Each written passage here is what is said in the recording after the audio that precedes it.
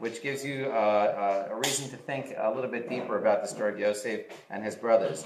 And it says at the very beginning, Yosef is described as Ben Shvasrei Shana, he was 17 years old, Hayor Erachav Batzon, and he was the shepherd with his brothers, V'hu Na'ar, but he was also this Na'ar. So you have two versions of Yosef at the very beginning. In one sense, he's like this very adult-like person, but then at the same moment, he's a Na'ar, but who's he with? B'nai Bilha, B'nai Zipah.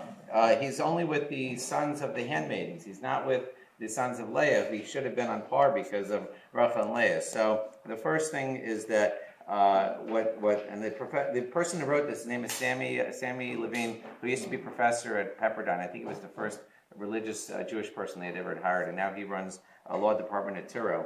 And what he was saying is that he thinks that Yosef, the Torah is specifically putting Yosef up as a autistic potential or Asperger's type of individual. And if you start reading through the story, you see that he's just very different. He doesn't get the social cues, the nuances of what's going on. And then right after, and that's why he was described as a nar at the same time, because he really was very childlike. And Rashi says that there was the idea that he used to comb his hair and like to make himself beautiful, but there's like I think it curls or something. But there's a midrash that says that it was internal, not external. He wasn't doing it for other people. He was doing it as kids would do that are on the spectrum. They're just doing things to please themselves. It's kind of just an interesting take. But I'll give you one more that applies to us more than just what's in the Torah, which is that Yaakov knew that there was something special about his son. And he made him the coat as a way to elevate him in the presence of his brothers, to try to give him some special attention, not to make him better, but to bring him up into the same standard. But it backfired, because one of the problems you have with treating kids specially is that the kids around them, if they don't understand what you're doing, they start to feel jealous. And that's why right after he made him the coat, it wasn't after he said, it